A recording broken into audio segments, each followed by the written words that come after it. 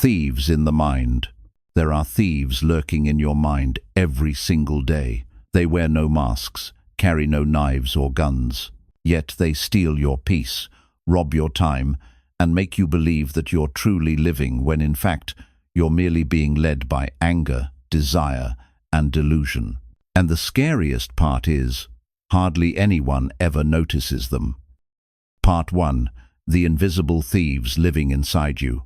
The human mind is like a house with no locked doors. Any emotion, delusion, or memory can barge in, and when they leave, they often leave behind a mess, a void, or even total ruin. Master Ajahn Chah called these the thieves in the mind.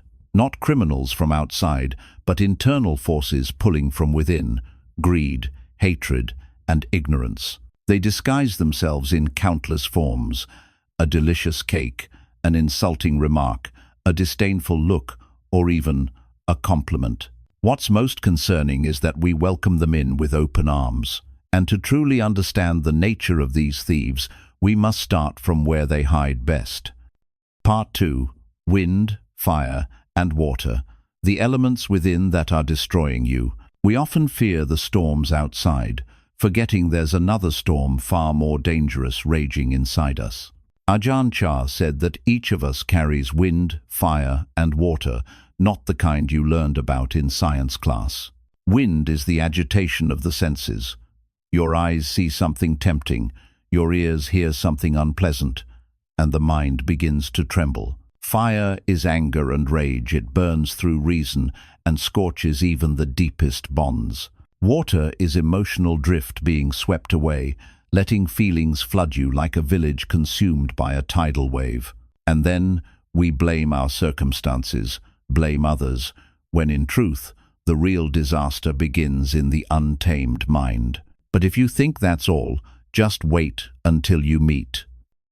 Part 3. The 5 Master Thieves form. Feeling, perception, mental formations, and consciousness.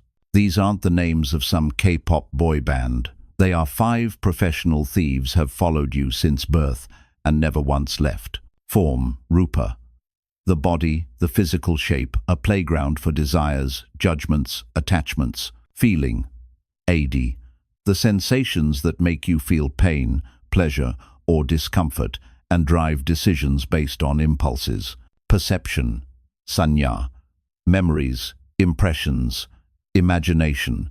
Things not real, yet they control you as if they are. Mental formations, sankhara. Habits and reactions. An auto factory producing behaviors you no longer consciously choose. Consciousness, vijnana. The awareness that seems awake but is often governed by the other 4. They not only steal your clarity, they build up an illusion of self, making you believe, I am this, I am that. But have you ever truly looked straight at that illusion? Part 4. You're being controlled. Not by society, but by yourself. A person may believe they're free, that they're in control of their life. But if your mind is still being tossed around by every feeling, thought, and memory, then you're nothing more than a slave to yourself. Ajahn Chah compared the mind to a monkey. It jumps from one idea to another. It runs wild with emotions, and it never stays still. And you keep feeding that monkey, feeding it with social media, with endless arguments, with an unforgettable past and an unreachable future.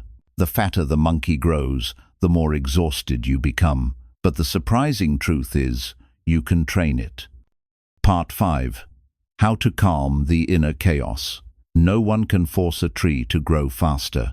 Likewise, no one can force the mind to become peaceful just by sitting down to meditate for the first time.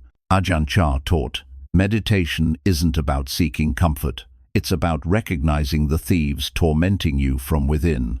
You don't need to fight your emotions. Just look at them clearly and see their true nature. They are impermanent, unreliable, and belong to no one. You don't have to run off to a mountain to find peace. Peace exists right in the middle of chaos when you know what's happening inside you and no longer identify with it. But Does peace really exist? Part 6. True peace doesn't come from silence, but from understanding. Ajahn Chah once asked his students, "Have you ever suffered? Have you ever been happy? Which one is truly more valuable?" That question makes you pause, because if happiness were permanent, it would never disappear. But suffering is always present as long as you compare, cling, or believe you must achieve something to be at peace. So, what is true peace? It is when the mind no longer chases, no longer tries to possess or resist. Things come, and you know. Things go, and you know. Not indifference, but mindfulness. And that is exactly when the thieves have nothing left to take. You may not be able to stop all your thoughts, but you can learn to recognize them and not let them control you. Then, you are no longer the victim of the mind's thieves. You are the awakened homeowner who has finally woken up.